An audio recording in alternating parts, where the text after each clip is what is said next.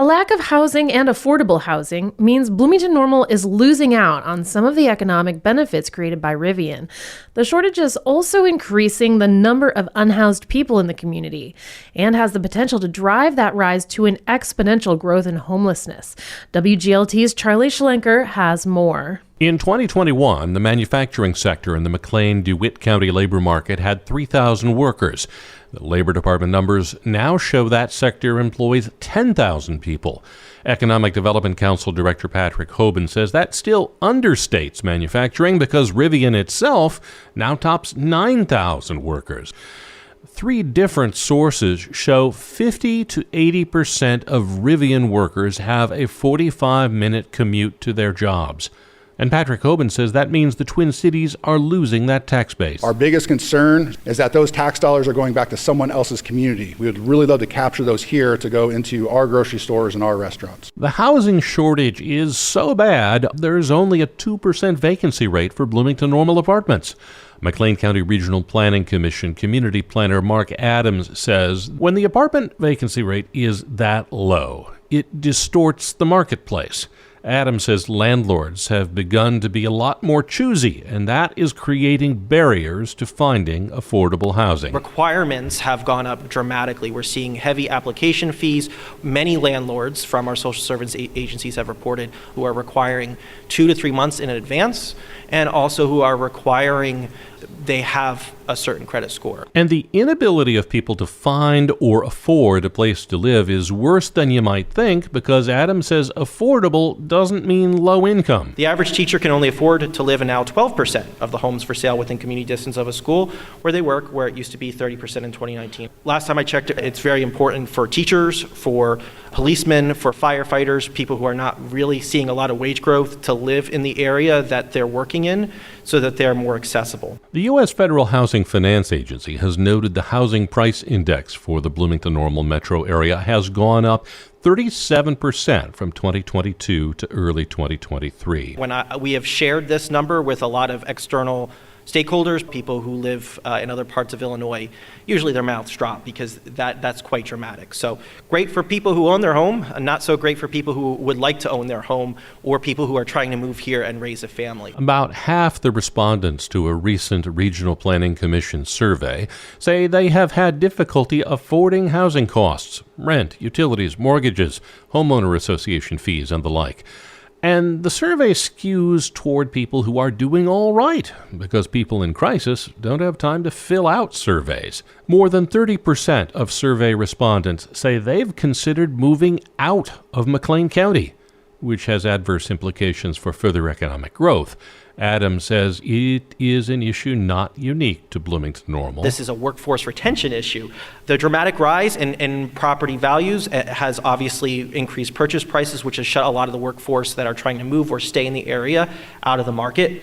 The U.S. economy lost about $1.6 trillion a year in lost wages and productivity due to this issue. Not only does the housing shortage cost Bloomington Normal sales tax and other revenue opportunities, it can drain community resources and increase need. The story of a nurse who recently asked for emergency assistance shows how that actually works. Adams says the woman and her kids lost their apartment when the landlord wanted to remodel. Even with a steady income and a consistent employment, she could not find a new rental because of the low credit score. After months of working, applying for apartments, and paying high hotel fees, they were out of resources and could not afford another night's stay in a hotel. The Regional Planning Commission is developing a regional housing recovery plan, due out in a couple months. It's supposed to craft actionable items for the community to address to make a dent in the lack of affordable housing. Adams says there's another bleak anecdote from a Housing Assistance Coalition report that shows this is the kind of crisis the community should address. Kyle, a single father with 3 kids, worked at a physical labor job. COVID complications cost him his eyesight. He was evicted while his application for disability benefits was in the works. He had no family nearby. There's no housing transition program.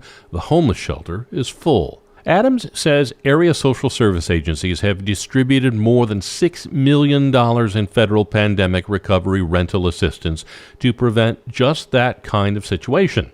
That money is running out. Yet Adams says the need hasn't gone away. And as homelessness rises in a community, so does the strain on human service agencies, law enforcement, and the healthcare system. Housing instability does worsen mental health conditions. It's very stressful, and your stress increases when it comes to housing affordability. Healthy and stable housing is a social determinant of health as well. Adams says if Bloomington Normal doesn't do anything to create new housing and affordable housing, the current rising trajectory of homelessness could become an exponential one. There are signs of hope. It's hard to finance construction of affordable housing, but McLean County recently became a part of the Tri-County River Valley Development Authority. Director Warren Ribley says the authority provides low-cost bond financing to stimulate development. It is a lower cost and probably about the lowest cost source of financing that's out there. He says it's the only entity in the state to have both state and federal tax exemptions for the bonds, which can shave 2.25% off the cost of borrowing. Ribley says to qualify, developers must set aside 20% of new apartment units for people who earn no more than half the area median income.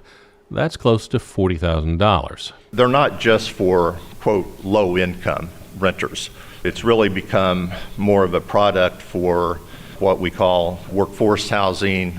Those are people who are entry-level teachers, they're first responders, they're healthcare workers, people that are really just kind of getting their start. The authority can issue up to $250 million in bonds.